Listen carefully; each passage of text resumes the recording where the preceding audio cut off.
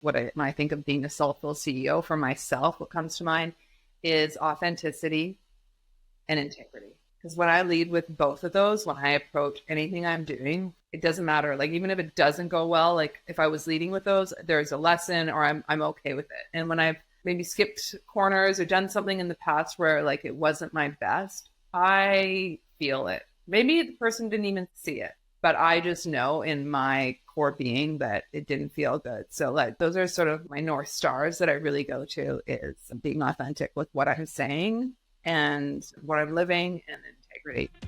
Hello, my name is Kristin Constable, and welcome to the Soulful CEO Path, where wisdom blends with strategy and success is measured in alignment and impact.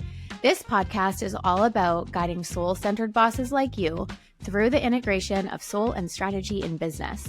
And each episode will explore the journey of creating a deeply fulfilling business that honors your values, nurtures your spirit, and serves the world. And I'm so excited to introduce you to today's guest. Marika Richoz is a multi-passionate entrepreneur, plant-based chef, Kundalini yoga and breathwork teacher, counselor, and the woman who nourishes all of the women who attend my annual Soulful CEO retreat. So today we're going to dive into a multi-dimensional conversation where Marika is going to share a little bit about her multi-passionate journey and show you how entrepreneurship doesn't have to look one particular way. So Marika, so good to have you here, and welcome to the Soulful CEO Path. Oh, thank you so much. I'm excited to be here and have this conversation. Yeah, it's going to be so good. And I just love the way that you have decided to do business. And I kind of knew of you because we both live in Vancouver, and you were kind of like 1 degree separated from a lot of my network. And I always heard about this amazing chef. And I remember a couple years ago, I wanted a chef for my retreat. And one of my contacts, she was like, have you talked to Marika? And I was like, oh, like, it was almost like I wasn't like, you were on a different level in my mind of like who I'd bring in. And I was like, I don't know if she'd want to cook for my retreat or if she'd be available. And then I reached out, and you were so awesome and so open. And honestly, you are just part of the retreat experience now. Like, I can't imagine doing it separate from you. So I'm excited to dive into this conversation with you, because not only are you this like epic chef that, as I said, was on this pedestal in my own mind, but you have all of these different passions and revenue streams that you have built your business around. And I think it would be so cool for us just to kind of dive into how you've been able to do that, because sometimes we get this narrative in business, and I don't know if you ever experienced this, but it's like we have to choose, like choose the thing that you want to be known for. And it can feel really restrictive, but almost it's like, if you want to be successful, you've got to do that. And you kind of go against that narrative. And so I'd love to just hear your perspective around how you've built a really thriving business that has all of these different passions and revenue streams built into it. Yeah. Okay. Well, also, I just want to put it out there. I am available for work for everyone. Yeah, good. I don't need to be on any pedestals. I kind of like, there's a part of me, like my ego, it's like, oh, that's so sweet. But also like, I'm blessed. I am here to, like, I just love connecting with people like you, because I've spent a lot of time by myself in the kitchen. When I get to, do an event with someone else, I really get brought into their world, and it just feels like, it just feels really like family. And I really enjoy that piece. So I feel really, really blessed that I have been able to do what you described, like these sort of multiple jobs, and all of them are my passions. And, I think where I've just been, I don't know if it's luck or if it's what that sort of like how I did it, but anything I'm sort of interested in, I've gone, well, I like doing this already. So the money and like the thinking about how this is going to maybe be a revenue stream doesn't really come in till later, because I'm like, oh, I'm loving doing this. How could I share this with people? Could this be something that could then make me money? But I never really lead with the money. And if I have, those are the jobs or the things that have sort of fallen apart that I've gone, oh, that's why that didn't work. Right. Yeah. Yeah. Yeah. So that's super interesting. And I think that that's a really cool piece to touch on because we hear the adage, just follow your passion and the rest will fall into place. And I've heard people who do that and then it doesn't all fall into place. It's like the passion is not enough. The market doesn't want what I have. Yeah. So is there some like nuance in there that you can speak to around how you can do that, follow your passion, but also have it work out? And maybe you don't know, but I'd love to just check in on that with you. 100%. And I think that's a really good point. Like, yeah, there's these bold statements and it's like, oh, wait a minute, I need to pay rent or I need to feed a family. Uh-huh. So, when my first sort of step into following my passion was following my desire to be a chef. And I had this idea that the only way you could be a chef was to be in the traditional role of like a chef in a restaurant. And I went to Buenos Aires in 2009 and experienced this concept called an underground restaurant, which is where people basically open up their home and they have people over for dinner. And it's like friends, but then friends of friends, or like a tourist like me, and you leave like a suggested donation.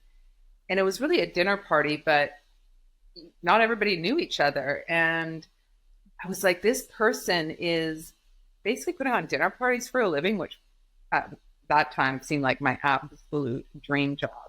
So I was like, this just blew my mind. It was just so like, out of the constructs of what I thought I could do. Because I just always thought, well, this is always going to be a hobby of mine because I don't want to do it in this way. So the key part was when I did decide to sort of do this, I kept my day job for the first year because I was like, I don't know how this is going to go. I have no clue. Yeah. It was so out of the box. And so I really made sure I still had that security. It felt, I needed that as well, just for peace of mind.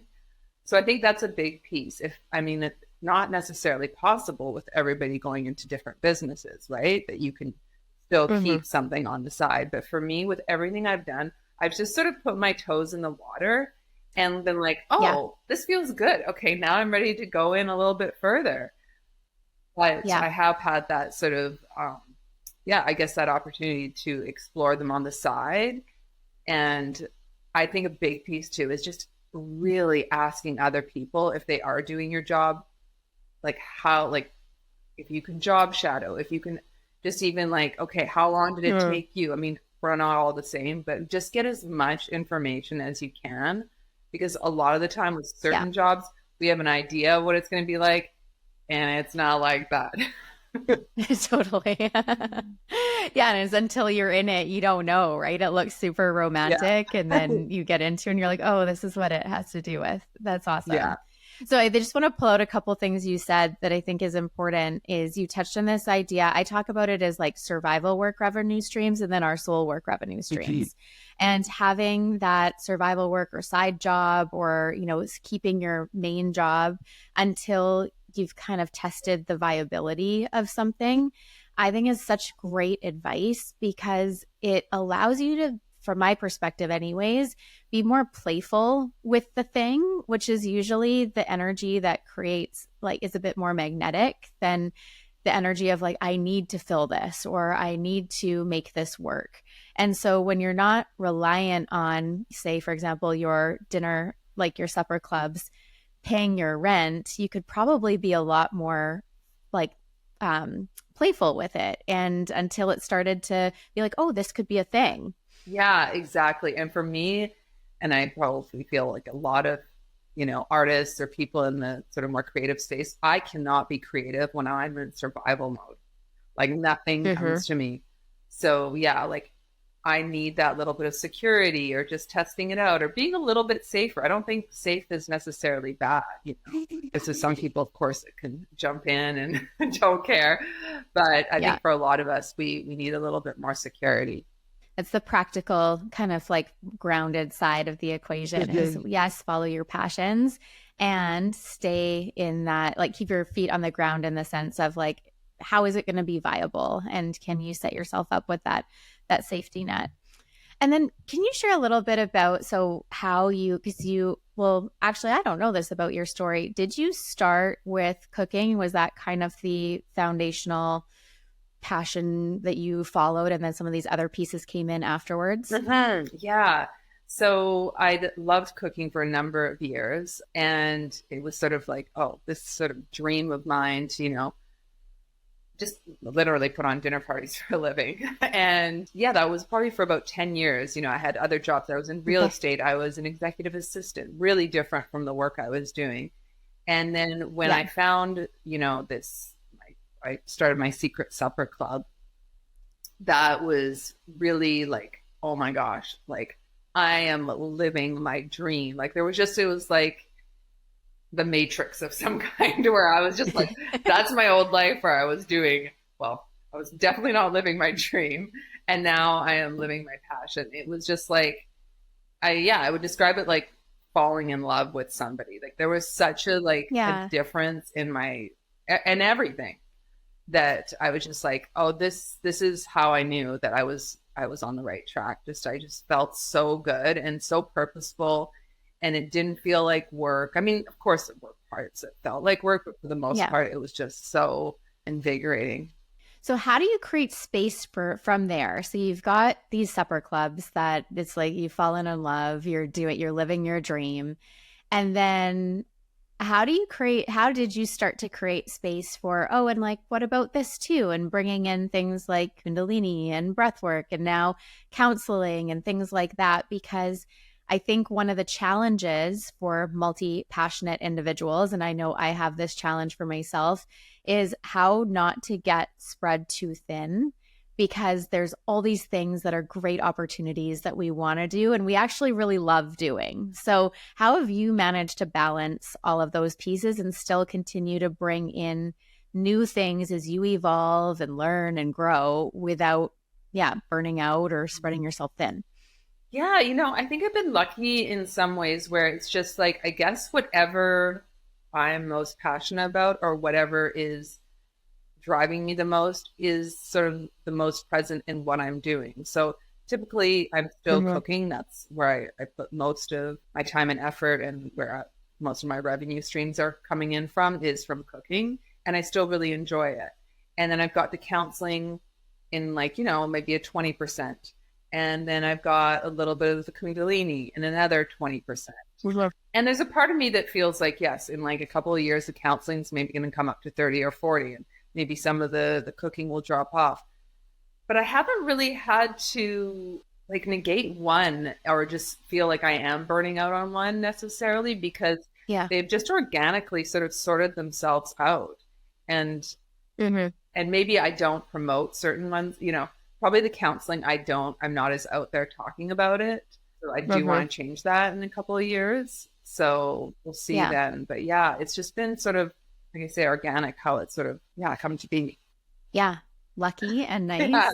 And I wonder, I have a curiosity around that, around whether there's something that you're doing when it comes to personal boundaries and how much you're willing to put towards like the work aspect of your life that has, if you think about what you were saying, like 20%, 30%, like the pie is 100%, and you're not willing to go outside of that, and you can make adjustments within that, but it's 100% that you're working with. It's so that you have other space in your life to do other things, like take care of yourself and friends and community and stuff like that. I don't know. I have a curiosity just to tune into, like, has that been one of your secret sauces? Like the boundaries and just knowing, like, I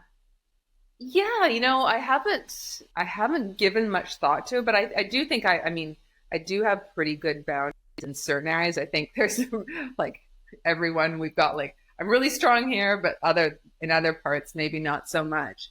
But yeah, with work, I just always felt like it's been a certain ease to it that's felt really good. I would say the one thing that I have suffered from in my work, being an entrepreneur, is scarcity. Is like when, there's times where it's super abundant and it's great. And I'm like, oh, wow, like I might have to turn down a job. And then there are times where it's like, uh-oh, is this it? And I've gone into definitely some panic mode around that, because then I go, oh my God, am I doing the right thing? I should be, a lot of shoulding comes in there. And I recently hired a coach. So it's been really beneficial to get some insights from someone else, because I've really been on this path alone for the most part. And to get other people's, just points of view and advice, it's been really helpful. Yeah. So that's been, I think, one of my biggest struggles is when business isn't booming, that I go into a bit of like freak out mode. Yeah. Yeah. And that's part of the challenge with the real organic approach. I mean, it's easeful and it's lovely, and it usually does always work out. Yes. But it's a bit of faith, right, in the dips. And so it's different than when we've implemented, say, a client acquisition strategy, or we are doing a certain thing to, like more strategic, I guess. But there's the pluses and minuses of both. So this allows you for the ease and the trust, and you have to navigate the ups and the downs. And I'm always curious to hear, because I think no matter what, entrepreneurship is full of ups and downs. There's literally not one business owner I've ever talked to that's had exponential growth without like that. So what do you do to help regulate yourself and come back into trusting that you're on the right path? Great question, because I'll tell you, for as long as I've been doing this, which is now it's 14 years, up until about 2 years ago, maybe even last year, I would not ride these waves very well. It was like, I would suffer, and I'd put myself through just like a lot of self-blame and just be really hard on myself that I wasn't like, I don't know, I would say like traditional business person. Like, I'm like, I should be doing it like so-and-so. I'm not professional enough, or I've got too many things going on, just negative self-talk. And now, after 14 years of this cycle happening, I'm like, Marika, every summer is usually quieter with business. So now I'm able to just go, yes, you feel a little panicked, but let's think back. You've been doing this 14 years. Have you ever had to, go work, I don't know, just imagining like the worst job ever, because that's where, that catastrophizing mind goes. But and I haven't had to get in like another job. So it's just like reminding myself, okay, you've got enough data now, you're going to be okay. And so that's really, it's just. Yeah, totally. And that takes a bit to get, as you said, 14 years for you to have enough of the repeated patterns that you can actually calm down the mind to be, it's worked out 14 years in a row. It will work out again. And at the beginning of our journeys, it can be a little bit more challenging because we don't have that data to rely on. So it really does take more self-regulation and trust. And that's where those survival work revenue streams can be really helpful too. So it's not, feast and famine, because as you said, the brain is so wild. I remember going through one of these cycles myself not too long ago. It was closer to the beginning of this year, actually. And so I've been in business 8 years, and I literally went into, I realized afterwards, a flight response, because my nervous system was like so out of whack from things that were shifting, and I didn't really understand what was going on. And in the moment, I didn't even know that was going on, but I had these moments of, I just want to like blow up my business. Like, I don't even want to do this anymore. And in reflection, I'm like, oh my gosh, that was such a flight. That was just my nervous system being like, I don't even know how to respond. So I just want to flee like from all of this. And so as entrepreneurs, like, it is so that nervous system regulation. And this is what I kind of want to get into next with you a little bit, even around some of the work you're doing around perimenopause, because that was one of the, I think, triggers for my spiraling. And these things that can happen in our entrepreneurial journey where we need to self-regulate, in some of the work that you do around Kundalini and breath work, and I'm sure even counseling, your perimenopause work that you're doing. These are all really cool modalities and tools that entrepreneurs and business owners can use. And maybe that's even part of why you've brought them in yourself into your world, because you've had to use them yourself. So let's talk a little bit about that, if you're open. Is what are you working on these days? Like, what's really lighting you up and why? And I'd love to just explore some of your current passions. Yeah. Okay. I love this too. Yeah. Like what are the tools that have helped me, sort of get out of that frantic panic, like the flight mode that you just described. I've been there too. like, yeah, like, what have I done? Yeah. This is not for me. I need to do something much more responsible.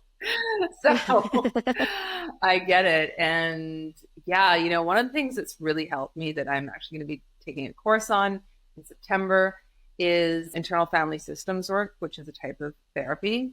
And it just speaks to like, we all have these different parts inside of us. Like, you could even say like, I've got this really passionate entrepreneurial part. And then I've got that negative self-talk part that's like, wants to keep us safe. There's like a whole crew out there. Yeah.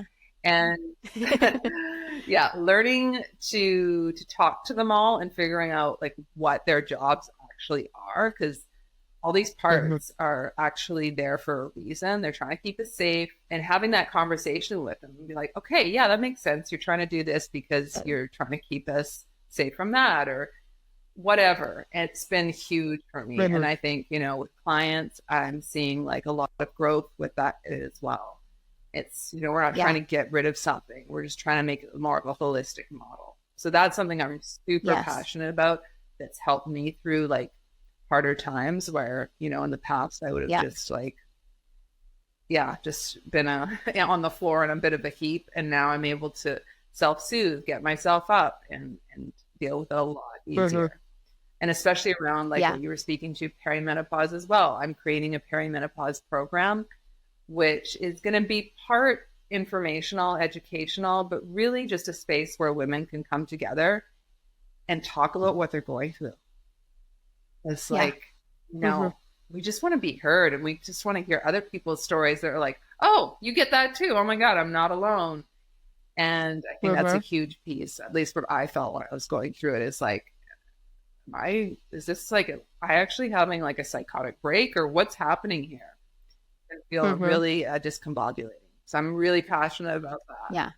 I'm excited to hear more about that. And, I think that it's obviously applicable to every woman at some stage in her life. And I know as an entrepreneur, the experiences that I had when I was, trying to figure out what was going on, I had brain fog, low mood, negative, had this kind of like negative self-talk. And it was just so not like me. I couldn't make decisions. That was another thing. Decision making was like really the smallest things. I couldn't make a decision around it. It was super overwhelming. And as an entrepreneur, to see how scary that was, because those are all skills that skill sets that I actually need to be successful in my business. And to all of a sudden have those be like, where am I? Like, I don't even know who I am in this situation, was super concerning. So I think the work that you're doing around that is going to be, one, just beneficial to every woman, but as an entrepreneur and as a woman, female entrepreneur, even more so, because everyone will have to navigate some of that to different degrees in their own journey. And having resources and just normalizing it, as you said, having people to talk to, be like, I'm not losing my shit. This is actually just part of the process, and ways to figure out how to manage that or lessen the load of that will be so powerful. Do you want to share a little bit more about what that looks like and what you have in mind? Yeah. So, it's something really interesting. I was listening to a podcast the other day about perimenopause in particular, and the number of women that drop out of the workforce going through menopause because they just can't handle it.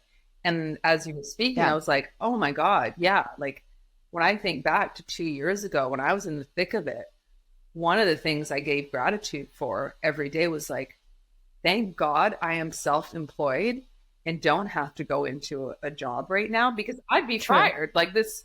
I'm unemployable. And, I have a great family that was able to, I was able to lean on in those times. So I think, speaking up about all these things that, of course, we've heard about hot flashes and weight gain, or certain things that really are like the hot topics of menopause. But then there's all these other things like, well, I can't go into work. I've got brain fog, or like you said, I can't make a decision. And this is really impacting my life. So yeah, I really want to educate women more about all like the nuances of it. There's so much that happens. And that's going to be through probably a 6-week program I'm doing online, about an hour and a half each week, gathering, like I said, a little bit of an educational component. And then like I want to sort of say like sharing circle, group therapy. I haven't found the exact word I want, but something in that like texture realm. Yeah. And I'm curious, will your lens have a focus on nutrition at all because of your background as a chef? Yeah, I think it will. Like that is a huge piece is like we have to eat differently. Like I've switched up my diet a lot. I eat a lot more protein because that's one of the big things they say. I remember you eating your bowl of black beans at our retreat. You had made us all this beautiful spread, and then you're sitting there, I got to have my beans. Yeah, I'm very, very pro beans. They do a lot, like the fiber, everything. So yeah, I'm definitely gonna like tell people about beans and all that stuff because it's just, it's part of my life, and I really like to speak to. I'm not one of these people who can teach something that I haven't experienced or that I haven't like walked. So yeah, you're going to be hearing about what I eat, but I also I understand that it may not be for everyone, so there are other options. So I've done my own research, and that's what I'm doing right now. Is I'm like listening to all the podcasts. I'm not a doctor, obviously, but I'm like collecting information that I think is valuable that people need to know. So yeah, there will be a nutrition component for sure, and exercise, and like I say, like kind of the whole holistic model. Yeah, cool. And I think that why I was asking really is because it sounds like a really cool offer for you that can bring a lot of the pieces together that you have been working on. So the group, if you don't want to call it group therapy, but group circle kind of thing, the nutrition, the wellness, all of those pieces. And I think that's so interesting because it is another example around how our businesses and offerings can evolve, as we learn new things, get passionate about new things. If we don't have to stay rooted in something that we were doing 5-10 years ago that doesn't feel resonant with us today, it can evolve and change as you go. And I think your story and how you've kind of, as you've been sharing how it's evolved, is it seems like it's always started with a lived experience of yours, whether it be the supper club or your own experience. And then from there, it kind of evolves into how can I take this and share it with other people in a way that really resonates for them? Yeah, that is so well said. That's exactly it. Yeah, I feel like everything I've experienced that has been really meaningful for me, I've wanted to share it in some capacity with people. And that's even the counseling part is, 5 years ago, I was like, what would I kind of regret not doing in my life, in 20 or 30 years? And I was like, I've always been so interested in therapy, and it's done so much for me that it's something I really, I want to dive into. So yeah, I do think like I pull from everything that I've sort of, experienced and then bring it into a melange of an offering, if you would call it. Yeah. And I feel really grateful that I've been able to do that, and it's resonated. And I think something I'm trying to remember is also sometimes I'm in a bit of a bubble in my world. Like I'm in a lot of friends who are very much in like the sort of counseling scene or the yoga scene, and I realized like not everybody knows like the tools I have. Like I just assume, oh yeah, everybody knows how to do breath work or whatever, eat well or all these things. And no, they don't. So I think it's a reminder, like actually these things that might seem very second nature, there is a space for me to share them with people that might not know. Absolutely. So that kind of leads me to the last question. Well, I have 2 more questions for you, but the last one around your work specifically, if someone would relate to your story and they're listening to you and they're like, yes, like that is me. I'm a multi-passionate. I want to build a business around things that I'm really passionate about and excited about. What would be a piece of advice for someone who might be earlier on that journey than you after, 13 years of doing this work? What could you share with someone that might make that path more easeful for them? Yeah, I think circling back to the like, can you make it like a little side hustle at first? Can you have like some security so that way it doesn't feel so much like a huge leap? That's not everybody's path, but that would be a big piece for me. Talking to other people in the field, and a few people, I would say, because like it's different for everyone. And asking the questions like, what do you love about this job? What has been really hard? What has been the piece that you never thought that would be a part of what you're doing now? Like there's some behind the scenes that we never think of until we're actually in it. So I just think getting really curious and talking to anybody you can who is in that field is a huge part of it. Awesome. Thank you. Thank you for all of that, for sharing your story. And I'm curious to know, so the name of this podcast is called the Soulful CEO Path, and it's part of the company I've built called Soulful CEO. And I'm always curious to ask people, because that identity or title can be sticky for some people. And I've heard before, like, I don't see myself as a CEO, or that's not, I don't think I am, like, I wouldn't identify as that. So I'd love to hear what your reaction and responses to seeing yourself as a soulful CEO. And do you, and if you do, what does it mean to you? Yeah, I was thinking about this, and really what came to mind, like, that are kind of like two of like the most important, I guess, parts of being like when I think of being a soulful CEO for myself, what comes to mind is authenticity and integrity.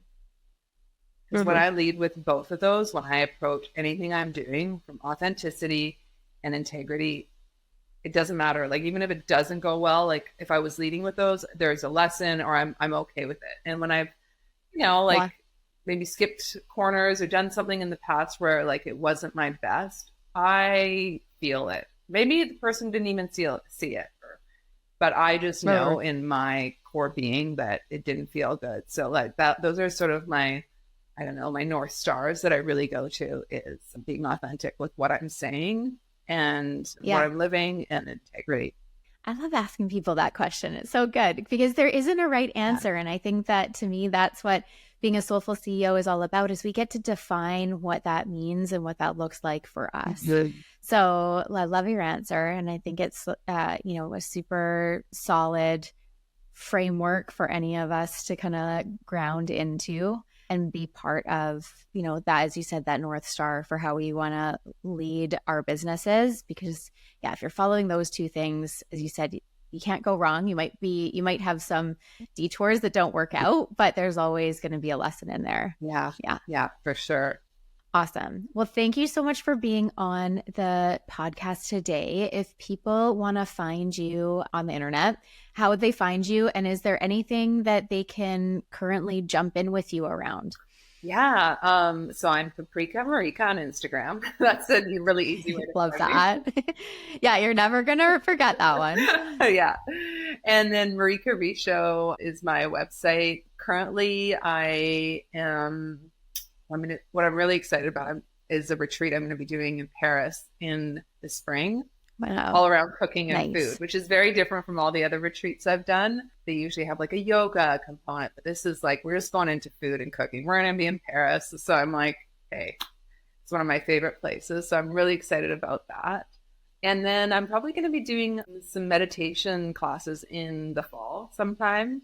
So it'll be a weekly thing, Monday to Friday. You jump on for 20 minutes, really easy, accessible, really great way to start your morning. And the perimenopause. Awesome. Yeah, I'm working on perimenopause program. So stay tuned for that.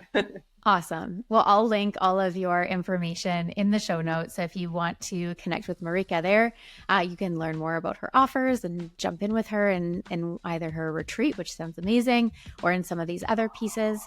And just wanted to say thank you to everyone who shared and listening with us in this episode. I hope you're able to take something away from the conversation that can support you on your soulful CEO path if you're a multi-passionate entrepreneur yourself. And as a reminder, if you found this episode helpful, please press the subscribe button or leave a review. It really does help out the show. And if you have any questions about anything we talked about, just send me a DM on Instagram at Kristin Constable. So thank you so much for joining us, and I'll see you in the next episode.